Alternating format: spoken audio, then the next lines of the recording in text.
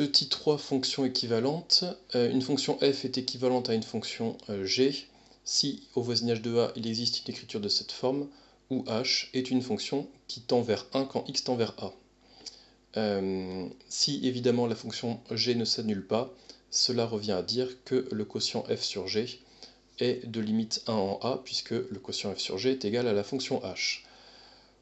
On le note, f est équivalent au voisinage de a à g.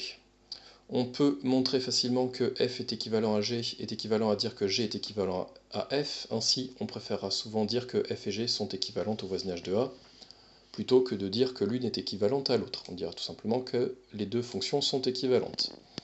On peut montrer que l'équivalence est une relation d'équivalence, ce qui porte bien son nom, sur l'ensemble des fonctions définies sur i.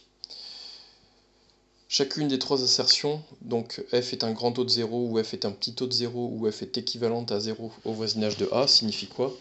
Dans les trois cas, ça signifiait qu'au voisinage de a, on avait une écriture de la forme f égale g fois une certaine fonction h.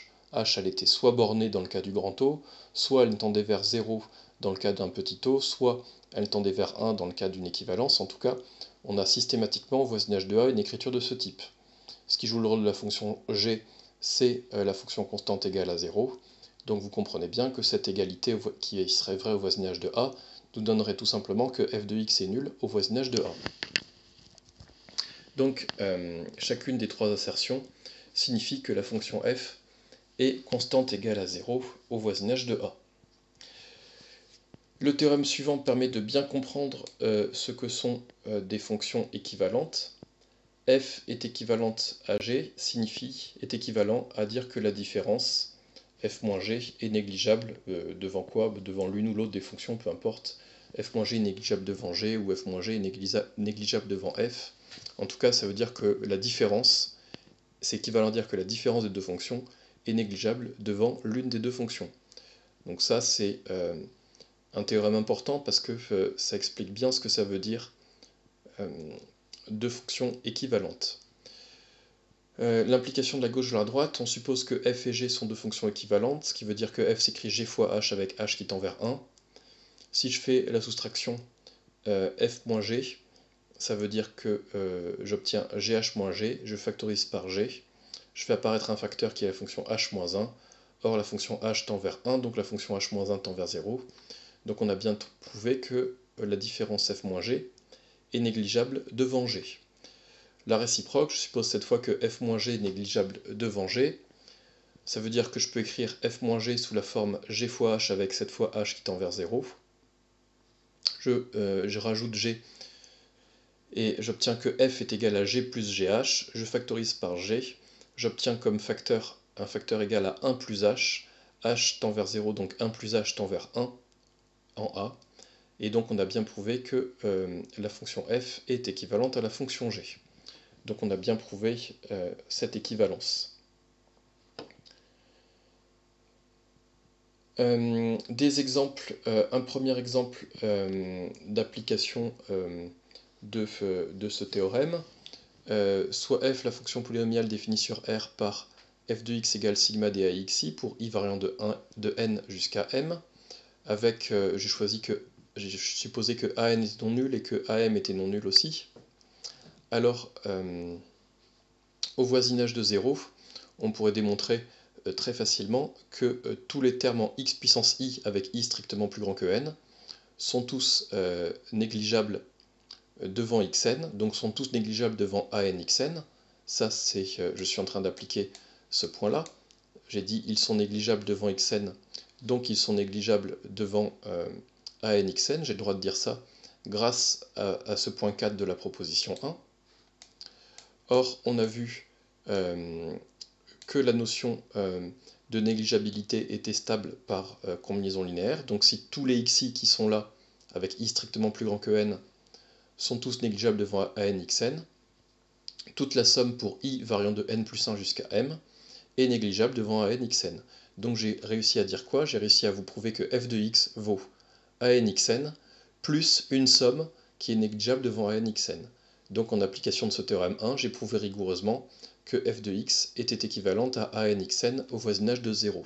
Autrement dit, est équivalente au monôme de plus bas degré.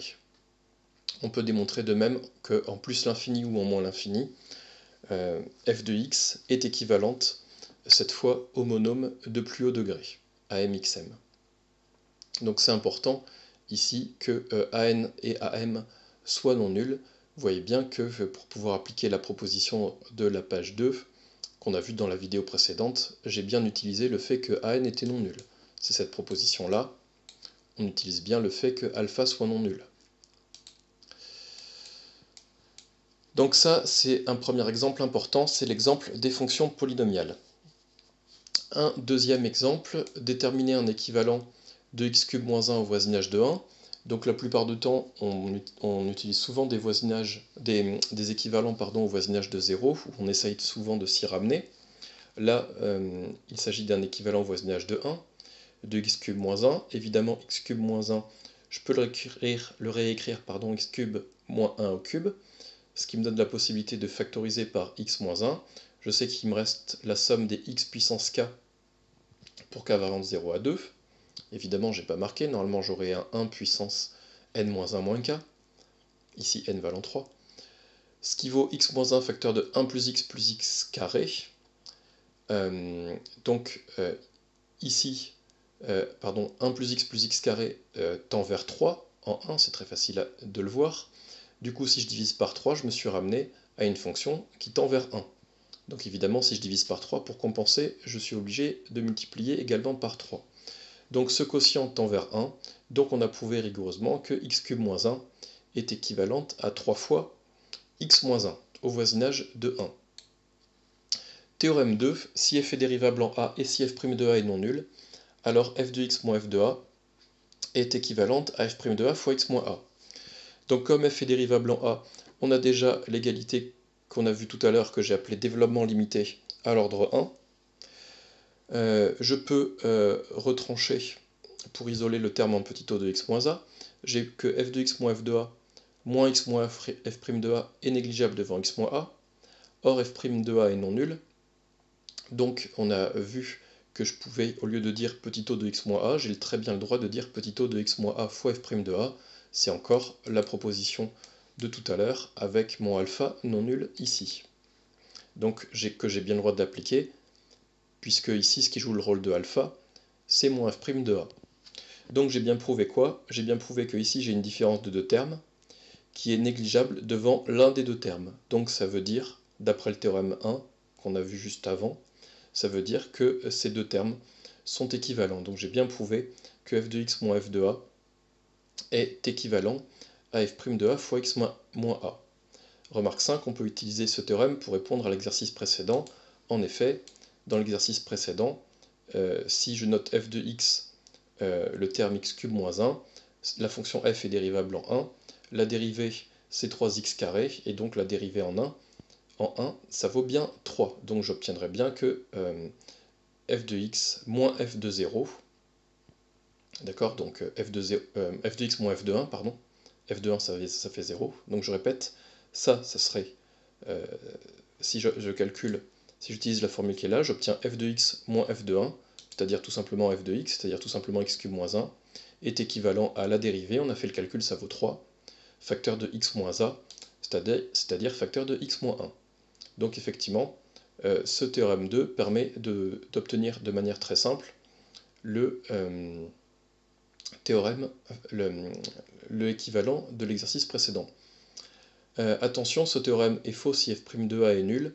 En effet, la fonction, si on prend la fonction, si je nomme f la fonction qui a x associe x³, et que je regarde en a égale 0, évidemment la dérivée est nulle, et f de a aussi d'ailleurs est nul, mais cet équivalent est pourtant faux, puisque cet équivalent me donnerait tout simplement que x³ serait équivalent à 0 au voisinage de a, mais dire que x³ est équivalent à 0 au voisinage de a, ça veut tout simplement dire que x³ est constante égale à 0 au voisinage de 0. Or évidemment, la fonction x donne x³ n'est pas constante, elle est même strictement croissante. Donc vous voyez bien que ce théorème 2 ne s'applique pas à la fonction x cube.